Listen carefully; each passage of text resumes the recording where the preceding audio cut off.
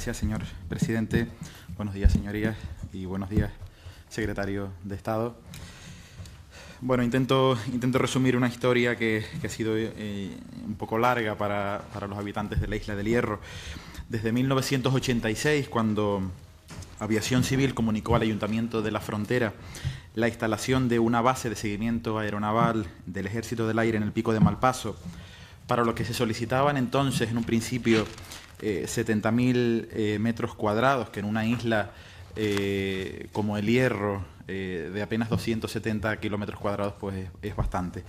Desde entonces, como les decía, Malpaso se ha convertido en un símbolo de unidad del pueblo reño y del pueblo canario, y se ha convertido en una bandera en pro de la defensa de nuestros valores naturales, culturales e identitarios de los habitantes de la isla. En 1997, ante la información emitida por los medios de comunicación sobre las intenciones del Ministerio de Defensa sobre la instalación de una lanzadera espacial, un proyecto que finalmente, por fortuna, ha sido descartado, el pueblo reño y sus instituciones, con todos los partidos políticos de la isla, reiteraron su rechazo a este tipo de proyectos, que culminó probablemente con una de las manifestaciones más multitudinarias que se recuerdan en Canarias y que se celebró en la isla de Tenerife. En el barco que denominaron Barco para la Paz, viajaron más de 1.000 personas desde el Hierro hasta Tenerife bajo el lema "Ni lanzadera ni radar, el Hierro para la Paz".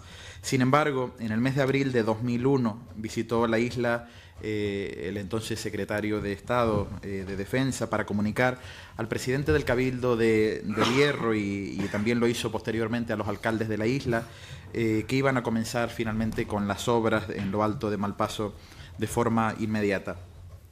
En este día, señor secretario de Estado, también quiero recordar que en febrero de 2002, y mostrando lo que para nosotros fue un absoluto desprecio a lo manifestado por el conjunto de la sociedad reña, de la sociedad canaria y del Parlamento de Canarias, el Gobierno de España aprobó en Consejo de Ministros el Real Decreto que nos ocupa en esta sesión, por el que se declara nada más y nada menos que a la zona de Malpaso como zona de interés para la defensa nacional.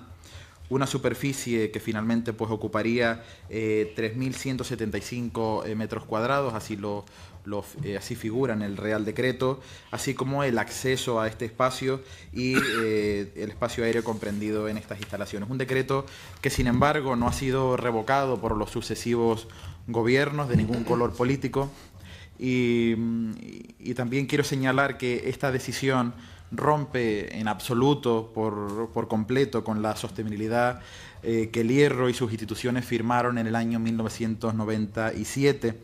Atenta contra nuestra cultura, nuestra historia y nuestras tradiciones como pueblo, pues precisamente, no sé si ustedes lo sabrán, pero por los terrenos a los que quedan acotados por ese Real Decreto transcurre la bajada de la Virgen de los Reyes, que pone bueno, pues levanta al pueblo reño y une al pueblo reño y a todos los habitantes allá donde se encuentren. Esto pone de manifiesto que, una vez más, la Isla del Hierro queda muy lejos de Madrid en todos los sentidos de la palabra. Lo que queremos saber, en definitiva, señor secretario de Estado, es bueno, pues el estado en que se encuentra en la actualidad ese Real Decreto 192/2002, mediante el cual, como le decía, se declara el Pico de Malpaso como zona de interés para la defensa nacional, máxime después de que el Congreso de los Diputados aprobara en septiembre de 2016 una moción en la que precisamente se insta a su derogación. Lo que queremos saber es en qué estado se encuentra en la actualidad después del acuerdo tomado por el Congreso de los Diputados. Le escucharé con atención. Muchas gracias. Gracias, señoría. Señor secretario de Estado. El Real Decreto 192/2002, de 15 de febrero, por el que se declara la zona donde se encuentra ubicado el Pico de Malpaso de interés para la defensa nacional, mantiene su plena vigencia en la actualidad. Esta zona sigue teniendo interés para la defensa nacional, existiendo un proyecto de construcción de la infraestructura correspondiente al asentamiento de la Estación de Vigilancia Aérea número 23, así como el acceso a la misma, elaborado por el Mando Logístico del Ejército del Aire, cuya ejecución, cuando se den las condiciones necesarias para ello, requiere se mantenga la vigencia del Real Decreto. Los actuales radares, ubicados en las islas de Gran Canaria y Lanzarote, no son suficientes para cubrir el espacio aéreo de responsabilidad española en las Islas Canarias, debido al efecto de apantallamiento que ejerce la isla de Tenerife, motivado por la considerable elevación del pico del Teide. Para cubrir dicha limitación es necesario instalar un sensor radar en una de las islas occidentales y de no hacerlo así se comprometerá gravemente la seguridad de la aviación civil y se pone en riesgo la defensa nacional. Por ello, se viene contemplando la posibilidad de seguir instalando este escuadrón de vigilancia aérea en el pico de Malpaso. Este fue el motivo por el cual este Real Decreto se promulgó con el fin de asegurar el control del espacio aéreo y, en consecuencia, potenciar la defensa aérea del archipiélago canario. Esta necesidad encuentra rechazo entre diferentes sectores de la sociedad y somos conscientes de ello.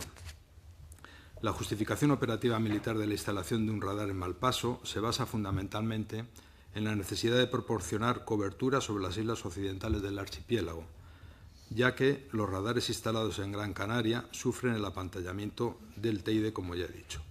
Por otra parte, en el ámbito civil, y debido también a las condiciones orográficas de las islas occidentales y a las ubicaciones de los radares civiles y militares, existen limitaciones importantes en la cobertura de las aproximaciones a los aeropuertos de La Gomera, El Hierro y, en menor medida, Tenerife Sur y La Palma, la aerovía UN 741 y espacio aéreo del FIR-UIR Canarias al oeste de las citadas islas.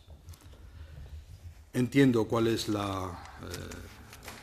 su petición, entiendo cuáles son las protestas que ha habido, pero también seguimos entendiendo que para la defensa nacional y para la seguridad de la aviación comercial es precisa una instalación como la prevista en el pico del Malpaso. Gracias, señor secretario. Señoría. Gracias, señor presidente, señor secretario de Estado. Le he escuchado con atención.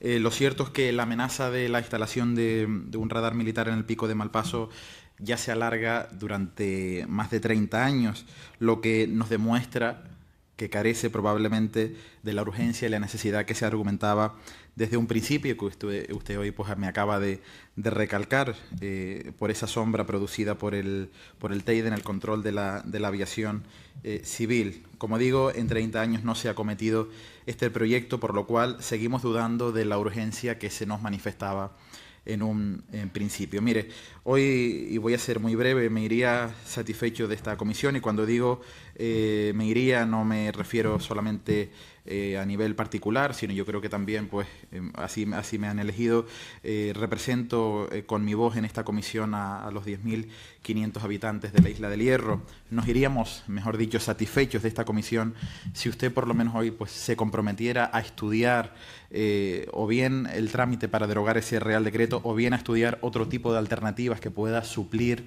a esa instalación que desde el Hierro hemos manifestado nuestro profundo rechazo en reiteradas ocasiones. Una anécdota: el 13 de agosto de 2005, durante su visita a la isla del Hierro, el entonces presidente del gobierno español, José Luis Rodríguez Zapatero, se comprometía con el presidente del Cabildo, en entonces don Tomás Padrón, a dialogar sobre la situación de Malpaso y a dar cabida a esas reivindicaciones continuas de la sociedad herreña. A día de hoy no sabemos que se haya producido ningún cambio desde entonces. Pero, sin embargo, sí me gustaría por lo menos cederle nuestra confianza, y le pido que considere esta postura atendiendo pues, a diferentes razones, y soy muy breve. Los herreños y las herreñas, como ya le decía, no queremos una instalación de este tipo en nuestra isla, y así lo hemos manifestado en reiteradas ocasiones, como ya apuntaba anteriormente. Un rechazo que ha sido palpable en diferentes movilizaciones que han sido referentes en toda Canarias, así como a través de los acuerdos adoptados por las instituciones locales, las instituciones insulares y autonómicas. También se debe tener en cuenta que la Isla del Hierro ha apostado por un proyecto de desarrollo sostenible con el proyecto 100% Energías Renovables Corona del Viento, un proyecto que nace para ser referente de sostenibilidad a nivel mundial y que, como se imaginará, choca frontalmente cuando estamos hablando de una instalación que precisamente está diseñada para la defensa nacional en caso de conflicto. Por otra parte, los herreños y las herreñas, como le decía, han decidido ligar su futuro a la sostenibilidad natural, paisajística y patrimonial, algo que resulta a todas luces contradictorio con el texto de este Real Decreto. Y finalizo, también se invade sin escrúpulos una zona de especial relevancia sentimental para los herreños y las herreñas, pues por la zona transcurre desde 1741 la cuatrinal bajada de la Virgen de los Reyes, una expresión máxima de arraigo e identidad para la isla. Yo creo, y coincidirá conmigo, señor secretario de Estado, que las instituciones públicas deben cumplir con el cometido de proteger y respetar la voluntad del pueblo, la voluntad popular. Y en este caso, el Ministerio de Defensa, del que usted forma parte, tiene la oportunidad de reconciliarse con la ciudadanía de la Isla del Hierro en un proyecto que, como le decía, se alarga ya demasiado tiempo sin haberse ejecutado. Y yo creo que se pueden estudiar a día de hoy, con los mecanismos que existen en el año 2018, otras alternativas menos invasivas y más respetuosas con el medio en el que se pretenden insertar. Muchas gracias. Gracias, senador Rodríguez Cejas. Señor secretario. Bueno, por parte del Ministerio de Defensa se está siempre en plena disposición de intentar llegar a acuerdo con las autoridades locales para que haya ese acuerdo entre las autoridades y la necesidad de la defensa nacional. Estamos totalmente de acuerdo. El Ejército del Aire no ha encontrado ubicaciones alternativas. Si las hubiera encontrado, por supuesto que las hubiéramos puesto de manifiesto e intentaríamos implementarlas. Somos conscientes de la importancia histórico-cultural que tiene ese pico, pero también consideramos que la implantación de ese radar tendría efectos beneficiosos para la isla. En todo caso, yo le oferto la posibilidad de instalar momentáneamente un radar desplegable y verá cómo el impacto medioambiental no es tanto como se quiere poner de manifiesto. No obstante, le he de decir también que efectivamente unas cuestiones son que sean urgentes y otras que son necesarias. Esa vigilancia de ese espacio aéreo es totalmente necesaria. Ello mejoraría sensiblemente las condiciones de los aeropuertos de La Palma, El Hierro, La Gomera y Tenerife Sur, que en este momento ustedes saben que solo se pueden aproximar mediante el vuelo con visibilidad, sin asistencias. También he de decir que mejoraría sustancialmente las labores de búsqueda y rescate, que en este momento se verían muy comprometidas por la inexistencia de ese espacio vigilado. Saben perfectamente que ha habido fenómenos, catástrofes en el ámbito mundial precisamente por la inexistencia de esa vigilancia. De ese punto de vista, consideramos que esto tendría efectos muy beneficiosos para la isla. No obstante, le reitero mi oferta de la instalación de un radar desplegable si usted considera que ello es conveniente, y también reiterar la necesidad que tiene la aviación civil y la defensa nacional de que ese espacio aéreo tenga algún tipo de control. Y en este momento la única solución técnica que vemos factible es la que se refleja en el Real Decreto que usted ha mencionado. Muchas gracias, señor secretario. La siguiente pregunta